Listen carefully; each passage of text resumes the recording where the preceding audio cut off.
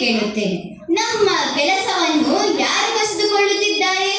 ಹೌದು, ಇದೇ ಕೃತಕ ಬುದ್ಧಿಯ ಯಂತ್ರಗಳು. ಕಂಪನಿಗಳು, ಬ್ಯಾಂಕ್ಗಳು, ಕಾರ್ಖಾನೆಗಳು ಎಲ್ಲ ಕಡೆ ಮನುಷ್ಯರ ಬದಲು ಯಂತ್ರಗಳು ಕೆಲಸ ಮಾಡುತ್ತಿವೆ.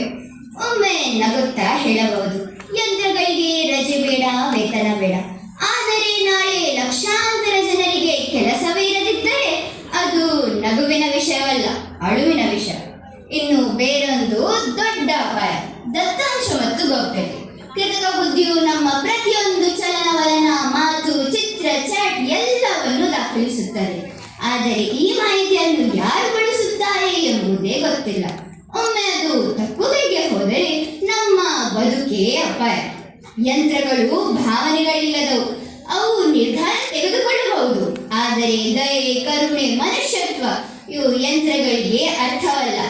ನಾವು ವೈದ್ಯರನ್ನು ಮನುಷ್ಯತ್ವಕ್ಕಾಗಿ ನಂಬುತ್ತೇವೆ, ಆದರೆ ಯಂತ್ರಗಳನ್ನು ನಂಬಬಹುದೇ? ಅದು ತಪ್ಪಾದರೆ ಯಾರನ್ನು ಪ್ರಶ್ನಿಸುವುದು?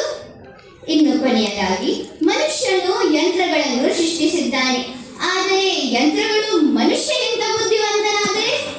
ನಾಳೆಯ ದಿನಗಳಲ್ಲಿ ಯಂತ್ರಗಳು ಮನುಷ್ಯನ ಅಗತ್ಯವಿಲ್ಲ ಎಂದರೆ ಅಲ್ಲಿ ಯಾರಿಗೂ ರಿಪೋರ್ಟ್ ಬಟನ್ ಇರುವುದಿಲ್ಲ.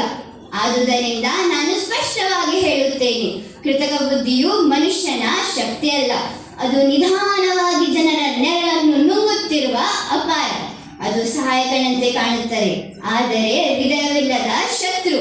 ಹಾಗಾದರೆ ಹೇಳಿ, ಇಂಥ ಯಂತ್ರಗಳನ್ನು ನಾವು ನಂಬಬೇಕೇ? ಇಲ್ಲ, ನಾವು ಎಚ್ಚರಿಕೆಯಿಂದ ಇರಬೇಕು.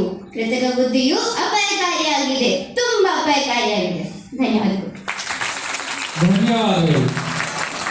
ಸ್ಪರ್ಧಿ ಕ್ರಮಾಂಕ 11. ಮತ್ತೆ AI ಅಂದರೆ ಆರ್ಟಿಫಿಷಿಯಲ್ ಇಂಟೆಲಿಜೆನ್ಸ್. ಇದು ಮನುಷ್ಯರಂತೆ ಕೆಲಸ ಮಾಡುವ ಬುದ್ಧಿವಂತ ಯಂತ್ರಗಳು.